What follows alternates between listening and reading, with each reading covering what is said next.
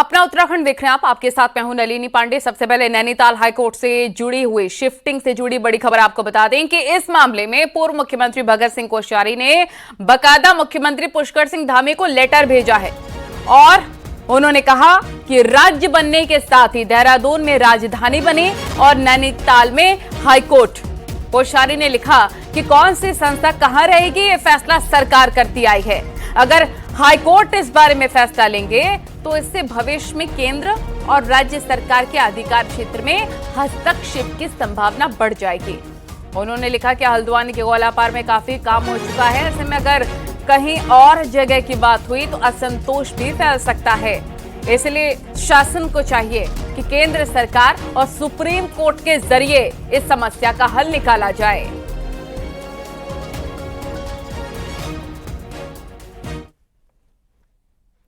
और पंजाब के आनंद साहिब सीट से बीजेपी प्रत्याशी सुभाष शर्मा के लिए सीएम पुष्कर सिंह धामी ने वोट की अपील वहां पर की है। एक रोड शो निकाला, हजारों की भीड़ यहां उमड़ी। सीएम धामी ने लोगों से बीजेपी प्रत्याशी को जिताने की अपील की। मुख्यमंत्री धामी लगातार अन्य राज्यों में बीजेपी के लिए प्रचार कर रहे हैं और जनसभाओं के साथ रोड शो भी कर रहे हैं।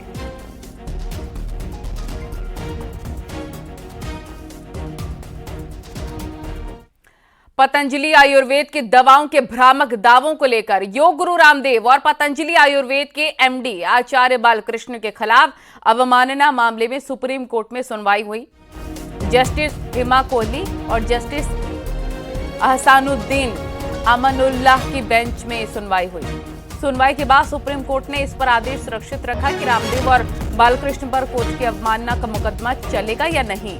सुनवाई के दौरान सुप्रीम कोर्ट ने पतंजलि से पूछा कि जिन दवाओं के लाइसेंस रद्द किए गए हैं उन्हें दुकान पर बेचने से रोकने और दवाएं वापस मंगवाने के लिए पतंजलि की ओर से क्या कदम उठाए गए हैं, इसके बारे में एक हलफनामा दाखिल करें। सुप्रीम कोर्ट ने इस बारे में 3 हफ्ते में जवाब मांगा है। सुप्रीम कोर्ट ने आईएमए के अध्यक्ष अशोकन को भी फटकार लगाई और उनके हलफनामे को मंजूर करने से इनकार कर दिया है।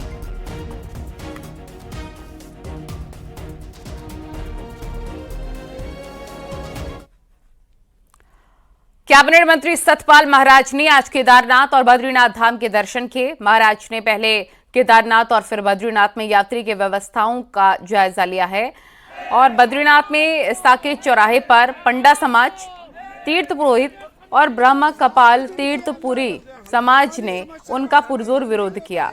सभी ने मांग की है कि बद्रीनाथ धाम में जो दुकानें तोड़ी गई हैं उसी जगह पर अस्थायी दुकानें बनाई जाएं। साथ ही 3 नंबर पे गेट पे जो टिन की दीवारें बनाई गई हैं उनको हटाया जाए। यही नहीं, प्रदर्शनकारियों ने मांग की है कि मास्टर प्लान के तहत जिनके घर तोड़े गए हैं उनके रहने की व्यवस्था की जाए। सतपाल महाराज ने कहा जल्दी ही सभी दिक्कतें दूर कर ली जाएंगी। हमारी समस्या का समाधान नहीं होता है, कैसा होगा? 7 दिन 8 दिन नहीं मिलेगा। चारधाम यात्रा में यात्रियों का सैलाब उमड़ा है। प्रशासन के लिए सबसे ज्यादा चुनौती उत्तरकाशी जिले में है, जहां घंटों जाम लग रहा है। यात्री परेशान हो रहे हैं। बद्रीनाथ में मंदिर समिति की वीआईपी दर्शन व्यवस्था का विरोध हो रहा है। मंगलवार को बद्रीनाथ पहुंचे पर्यटन मंत्री सतपाल महाराज को भी विरोध का सामना करना पड़ा। कैबिनेट मंत्री सतपाल महाराज का कहना है कि 2 से 4 दिन में व्यवस्थाएं ठीक हो जाएंगी।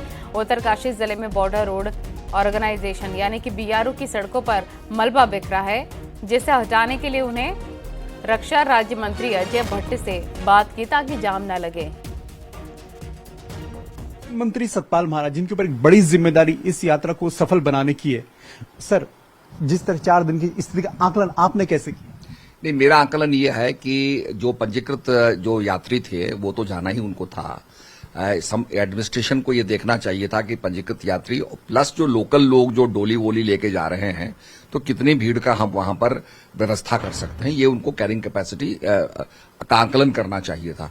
अब आपको पता है कि हर आदमी चाहता है कि पट खुले तो मैं पहुंचूं, तो इस प्रकार से थोड़ी भीड़ बढ़ती है, पर वो नॉर्मलाइज हो जाती है। 2-4 दिन के बाद वो नॉर्मल हो जाती है और वो हो जाएगी। मैं समझता हूं कोई ऐसी बड़ी दिक्कत की बात नहीं है। थोड़ा ये एक योग भूमि है, तपस्या भूमि है और आपको पता है हर आदमी सोचता है जी मैं तो यमुनोत्री जा रहा हूं, पर वहां की चढ़ाई और वहां का जो क्लाइमेट है और खास करके आपका जो फिजिकल फिटनेस है वो भी सही होनी चाहिए, तभी आप चढ़ पाएंगे टाइम पर, नहीं तो आप बहुत समय लेंगे। तो उससे भी यातायात धीरे चल रहा है। मैं ये समझता हूं, मैंने बात भी की है डिस्ट्रिक्ट मजिस्ट्रेट से उन्होंने कहा जी इसको हम नॉर्मलाइज कर देंगे, कोई दिक्कत नहीं। और सरकार और प्रशासन की कोशिश लगातार यही है कि यात्रा को बहुत जल्द नॉर्मल किया जाए। कैमरा पर्सन संदीप नेगी के साथ दीपांकर भट्ट, न्यूज़ 18 देहरादून। आगे बढ़ते हैं। सीएम पुष्कर सिंह धामी के निर्देश पर चारधाम यात्रा को लेकर अधिकारियों की मीटिंग हुई है, जिसमें ऑफलाइन रजिस्ट्रेशन को लेकर बड़ा फैसला लिया गया है। बुधवार और गुरुवार को ऑफलाइन रजिस्ट्रेशन नहीं किए जाएंगे। इसके साथ 100 अतिरिक्त होमगार्डों की तैनाती उत्तरकाशी, रुद्रप्रयाग और चमोली जिले में की जाएगी। उत्तरकाशी में एक और सीईओ की भी तैनाती की जाएगी।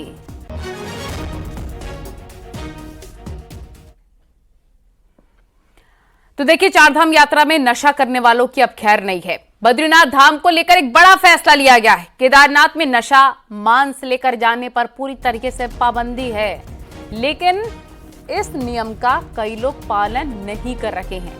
अब सरकार ने सख्त कार्रवाई के आदेश दिए हैं। केदारनाथ और आसपास नशा और मांस का सेवन करने वालों पर 1 लाख का भारी भरकम जुर्माना लगाया जाएगा।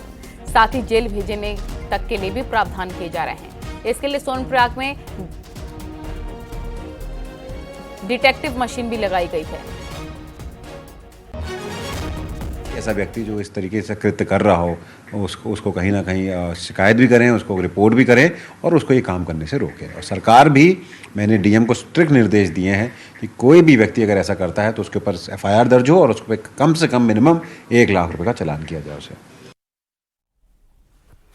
पिथौरागढ़ की हवाई सेवा को एक बार फिर से पूरी तरह से ब्रेक लगा दिया गया है। हालात ये हो गए हैं कि फ्लाईबिग एयरलाइंस का प्लेन लंबे वक्त से बिना कोई ठोस वजह के गायब है। हेलीकॉप्टर सर्विस भी मेंटेनेंस के नाम पर पूरी तरह से बंद हो गई है, जिसके बाद पिथौरागढ़ के लोग ठगे हुए महसूस कर रहे हैं।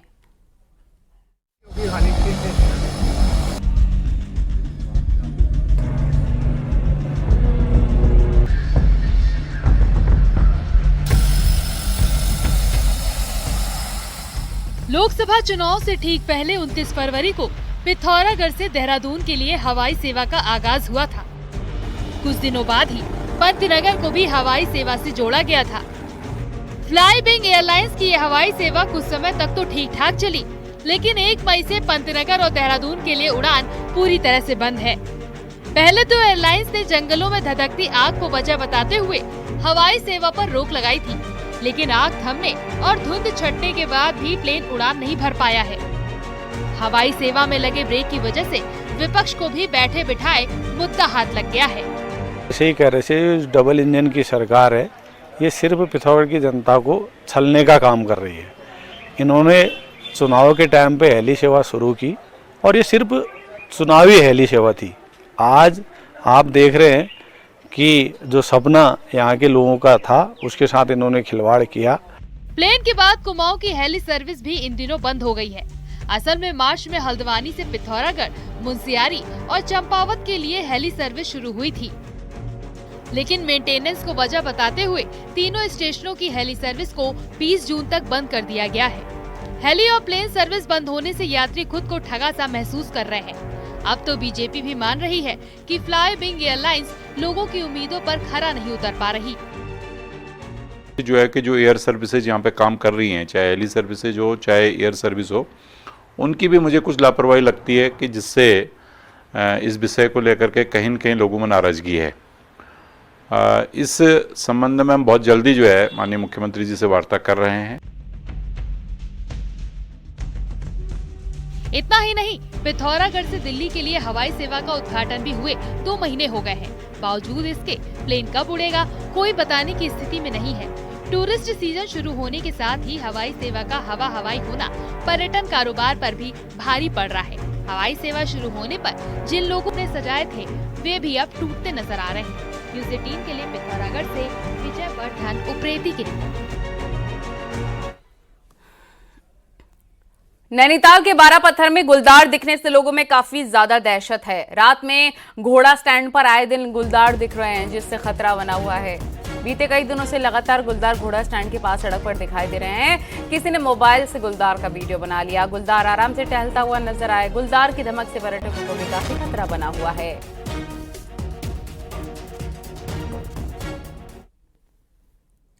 बागेश्वर के कांडा में प्राइमरी स्कूल के पास स्कूलदार की दहाड़ सुनाई दी है, जिसके बाद लोग खासा दहशत में नजर आ रहे हैं। बाद में तलाशी ली गई तो घायल हालत में एक गुलदार झाड़ियों के पास नजर आया है। ग्रामीणों ने वन विभाग को इसकी सूचना दी और वन विभाग की टीम ने मौके पर पहुंचकर रेस्क्यू किया। घायल गुलदार को अपने साथ लेकर गए हैं। माना जा रहा है कि पहाड़ी से गिरने की वजह से गुलदार जख्मी हो गया।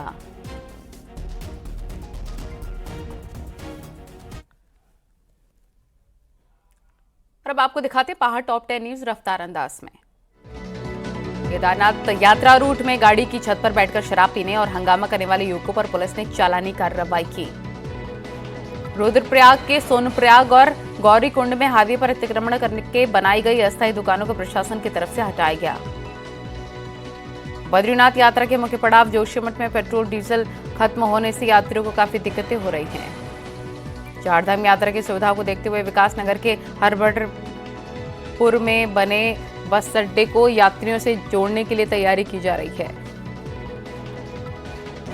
कोटद्वार में एक शराब कारोबारी पर दिन दहाड़े गोली चलाने वाले को पुलिस ने गिरफ्तार किया, साथ ही हथियार भी जब्त किए गए।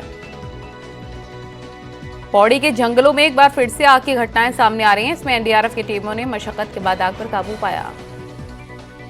नैनीताल में जल संस्थान ऑफिस के बाहर पार्क हुई गाड़ियों को विभाग ने तत्काल हटाने के लिए कहा है। बागेश्वर में गर्मी बढ़ने के साथ पानी का संकट गहराने लग गया है। हैंडपंप और प्राकृतिक स्रोतों पर सुबह से ही लाइनें नजर आ रही हैं। हरिद्वार के ज्वालापुर में एक घर में घुसकर बुजुर्ग महिला की हत्या कर दी गई। धारदार हथियार से वारदात को अंजाम दिया गया। उत्तराखंड में नशा मुक्ति केंद्रों के लिए बनाई गई नियमावली को हाईकोर्ट में चुनौती मिली है। बढ़ती आत्महत्या पर सरकार से 2 हफ्ते में जवाब मांगा गया है।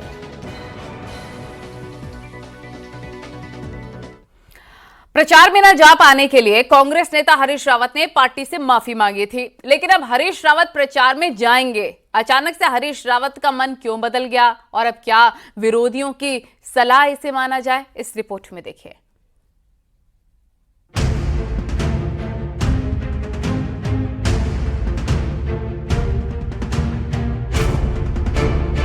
पिछले हफ्ते बीमारी की बात करते हुए पूर्व सीएम हरीश रावत ने सोशल मीडिया पोस्ट लिखी। पोस्ट में हरीश रावत ने एक्सीडेंट के बाद अपनी सेहत को खराब बताया और पार्टी से माफी मांगी कि चुनाव प्रचार नहीं कर पाएंगे। लेकिन अब हरीश रावत प्रचार में जाएंगे। 16 तारीख को दिल्ली रवाना हो जाएंगे। हरीश रावत का कहना है कि पोस्ट का मतलब कुछ और निकाला गया और मैसेज मैदान छोड़ने का गया, लेकिन अब पोस्ट की कीमत चुकानी पड़ेगी। ऐसा नहीं है कि मैदान से हट रहे। मैंने कहा था कि मैं सोशल मीडिया और दूसरे माध्यम से पार्टी को सर्व करता रहूँगा, निरंतर कर रहा हूँ, आज भी कर रहा हूँ, लेकिन अब फिजिकल मौजूदगी भी देनी पड़ेगी, तो पोस्ट की कीमत मुझे देनी पड़ेगी। इसलिए 16-17 तारीख को दिल्ली की तरफ को निकल लूंगा। हरीश रावत ने एक्सीडेंट के बाद 1 महीने बेटे के लिए हरिद्वार में प्रचार किया, पर उत्तराखंड में किसी दूसरी सीट पर नहीं गए। अब खराब सेहत के बावजूद हरीश रावत प्रचार में जाने को तैयार हैं, तो कांग्रेस में उनके धुर विरोधी रहे सतपाल महाराज ने कटाक्ष किया है। सतपाल महाराज ने कहा कि उत्तराखंड कांग्रेस में अब दूसरे नेता भी सामने आए हैं, इसीलिए उन्हें मौका देना चाहिए। महाराज ने कहा ये सलाह उन्होंने भी हरीश रावत को दी थी, लेकिन अब उन्हें आराम करना चाहिए।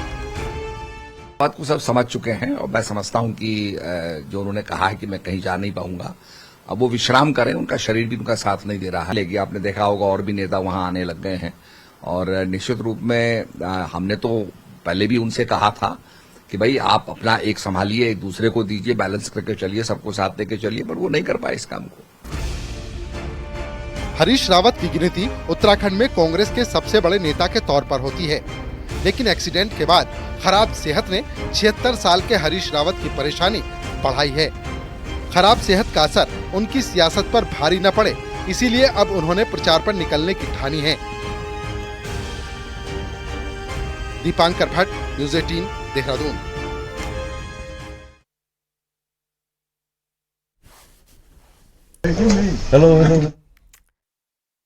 हैं केदारनाथ पैदल मार्ग पर अब घोड़े खच्चरों के लिए व्यवस्थाएं की गई हैं, हम आपको बता रहे थे। लेकिन मशहूर लेखक रस्किन बॉन्ड की नई किताब का विमोचन आज मसूरी में हुआ और इस मौके पर रस्के ने अपने प्रशंसकों और किताब छापने वाले रूपा पब्लिशर की मौजूदगी में जन्म दिवस भी सेलिब्रेट किया है। गौरतलब है कि बॉन्ड इसी रविवार को 90 साल पूरे कर लेंगे और इस पूरे हफ्ते में बॉन्ड अपने समर्थकों के बीच 16 और 19 मई को भी अवेलेबल रहेंगे। बॉन्ड ने कहा है कि बढ़ती उम्र की वजह से उनके लिखने की रफ्तार कुछ धीमी पड़ गई है, जरूर लेखन को वो पूरी तरीके से लेकिन एंजॉय कर रहे हैं। अपनी नई किताब के बारे में बॉन्ड ने बताया है कि इसमें उन्होंने पहाड़ के अपने एक्सपीरियंस को पिरोया है।